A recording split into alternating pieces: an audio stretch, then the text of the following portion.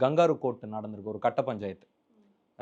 Manappuram DSP, திமுகவோட ஒன்றிய councillor, அப்புறம் அந்த ஊர் மக்களு, அங்க இருக்கக்கூடிய ஒரு அதே கிராமத்தை அஜித்குமார் கிராமத்துக்கு பக்கத்திலே இருக்கக்கூடிய ஒரு திருபுவனம் நாடார் உறவின் முறை திருமண மண்டபத்தில வந்து பஞ்சாயத்து நடக்குது. அங்க தான் ரூ. 50,00,000க்கான பேரம் பேசப்படுது. இத வந்து பீப்பிள்ஸ் வாட்ச் ஹென்றி டிபன் வந்து தகவலா சொல்லியிருக்கிறார்.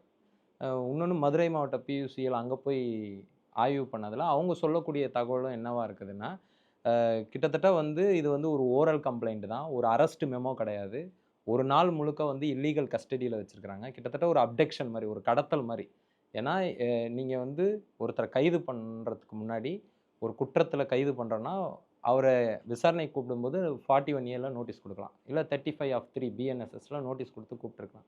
ஆனா, இந்த எந்த ஒரு நடைமுறையும் பின்பற்றாம, அரெஸ்ட் பண்ணவருக்கு ஒரு மெமோ போடாம, எதுவுமே பண்ணாம இப்போ அதுதான் எனக்கு இப்ப சந்தேகம். ஒரு நகை காணா போச்சு அப்படின்னு ஒரு கம்ப்ளைண்ட் சொல்றாங்க அப்படின்னா, அதோட ப்ரொசீஜர் இவ்ளோ தீவிரமா தான் இருக்குமா?